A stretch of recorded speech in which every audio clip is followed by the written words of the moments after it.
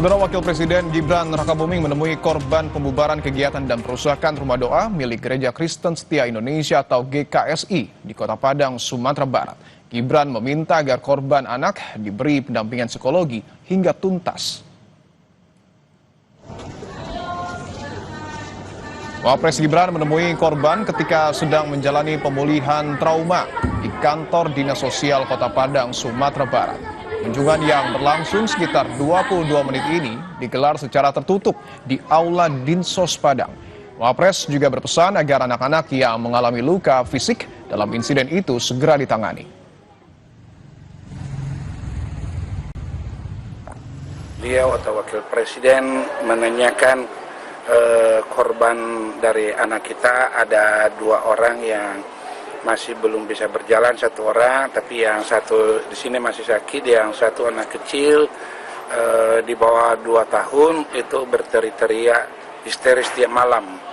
Dan saya sudah sampaikan juga kepada beliau, tetapi beliau katakan untuk dibawa ke rumah sakit itu.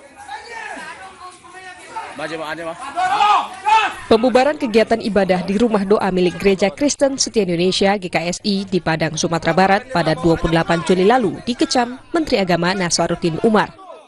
Menak berharap peristiwa serupa tidak terulang. Kementerian Agama tengah menyiapkan pendekatan baru, yakni kurikulum cinta. Gagasan ini bertujuan membangun budaya saling mengerti dan mengikis prasangka antar kelompok masyarakat. Dalam mengajarkan agama, tidak boleh kita menekankan pertentangan perbedaan antara satu agama dengan agama yang lain. Semua agama itu mengajarkan cinta, dan inti dari semua agama itu adalah cinta. Nah, jadi kalau kita memperkenalkan agama, tetapi menekankan aspek kebencian terhadap orang lain, itu sesungguhnya bukan mengajarkan intisari agama. Saya berharap mudah-mudahan ini berhasil.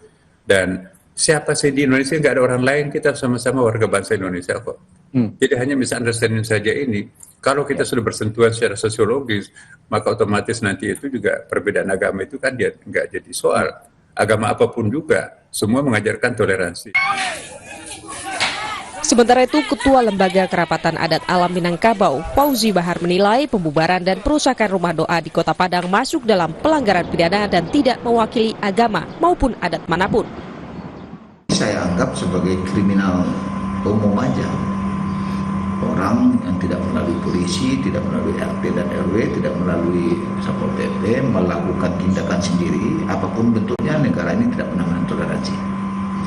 Dari itu, kejadian ini, marilah kita lihat dengan secara sehat ya. Kalau berjuang dengan amat tidak begini caranya. Undang adat juga tidak begini. Harus ada pelaku adat, tidak boleh sekelompok orang langsung ke sana. Dari itu saya melihat ini adalah tindakan pidana umum yang perlu ditangani oleh polisi karena merusak sarana dan prasarana. Dalam kasus ini, polisi telah mengamankan 9 orang yang diduga pelaku perusakan rumah doa di Padang, Sumatera Barat.